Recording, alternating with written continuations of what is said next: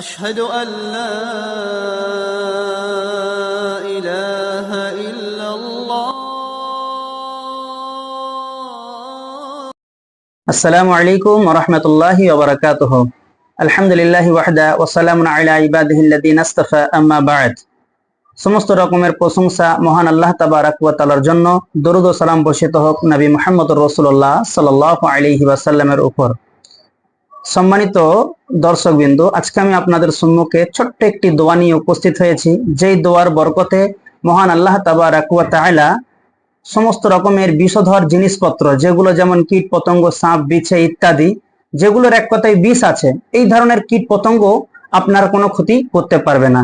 যে হাদিসটি আপনি পাবেন সুনান আবু দাউদের হাদিস নাম্বার 5088 নাম্বার, যেখানেতে বলা হয়েছে, রাবি বলছেন যে যদি কোনো ব্যক্তি সকালবেলাতে 3 বার এই দোয়াটি পড়ে, তাহলে তার সকাল থেকে নিয়ে রাত হওয়া পর্যন্ত কোন রকমের বিষধর জিনিস তার ক্ষতি করতে পারবে না।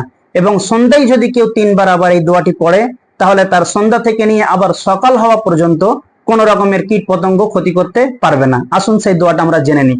দোয়াটি হলো বিসমিল্লাহিল্লাযী লা ইয়াদুররু মা'a ইসমিহি শাইউন ফিল আরদি ওয়ালা ফিস সামাই ওয়া হুয়াস সামিউল আলিম। আরো একবার বলি, বিসমিল্লাহিল্লাযী লা ইয়াদুররু মা'a ইসমিহি শাইউন ফিল আরদি ওয়ালা ফিস সামাই ওয়া হুয়াস সামিউল আলিম।